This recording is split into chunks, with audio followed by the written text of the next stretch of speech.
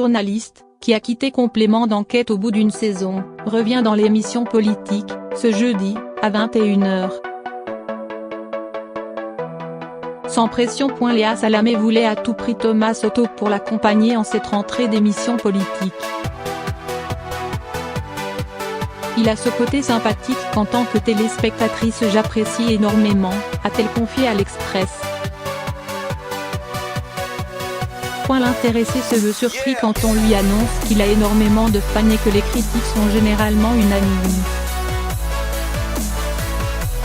C'est très gentil, mais je ne suis pas sûr que ce soit vrai, tempère-t-il. Je crois juste que j'ai refusé de ne pas être moi-même, je suis comme je suis avec mes qualités et mes défauts. Je ne joue pas. Je suis le même sur un plateau ou dans la vie. On me renvoie toujours à Europe 1. C'est pour cela que lorsqu'il a été renvoyé sans ménagement d'Europe 1, puis qu'il a quitté Complément d'enquête, l'inquiétude était grande. Pourquoi, d'ailleurs, a-t-il choisi de quitter l'émission d'investigation de France 2, au bout d'une seule petite saison? Voilà que le ton change un peu. On me renvoie toujours à Europe 1 ou Complément. Je ne change pas chaque année de job, je suis resté 3 ans à Capital, sur M6, 7 ans à BFM TV, et je continue d'être le joker de Laurent Delahousse, rappelle-t-il.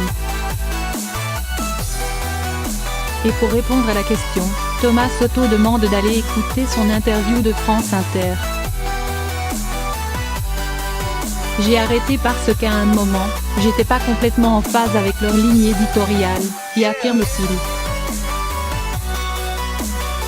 Ce n'était pas mes envies, la rencontre ne s'est pas faite comme on l'aurait voulu. S'il a accepté l'émission politique, c'est parce que le courant avec Léa Salamé est passé tout de suite. Vous savez, je fonctionne à l'envie, au plaisir, insiste-t-il. On ne se connaissait pas vraiment, mais elle m'a appelé fin juin début juillet pour que l'on travaille ensemble pour réfléchir à ce qu'on allait faire de l'émission politique. Ça a tilté, je me suis dit que j'allais le faire et 5 jours plus tard, on a topé. L'émission politique est un programme sur France 4. Dans cette nouvelle version du programme, Thomas Soto participera à l'interview d'Édouard Philippe pendant la première demi-heure, puis reviendra pour la troisième partie, avec une sorte de pastille.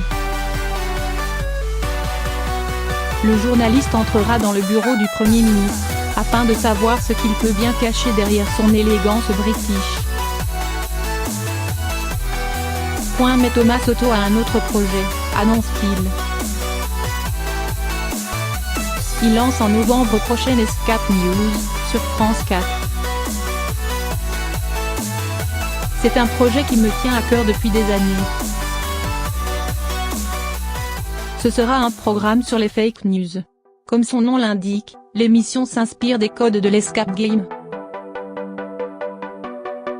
On va apprendre aux enfants, aux jeunes et même à leurs parents peut-être, à se méfier de ce qu'ils voient. On va leur apprendre à douter. Le concept n'est effectivement pas étranger aux journalistes. Il y a 3 ans, Thomas Soto s'était rendu dans une classe PEL-CM2 à Ivry pour apprendre aux jeunes élèves le concept de décryptage de l'information.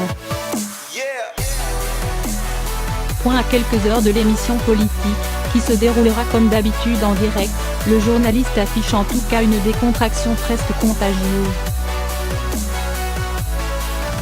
Le stress du direct est un stress positif. On va avoir du temps pour poser des questions, et j'aime beaucoup ça.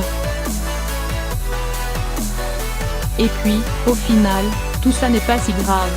La vie continue.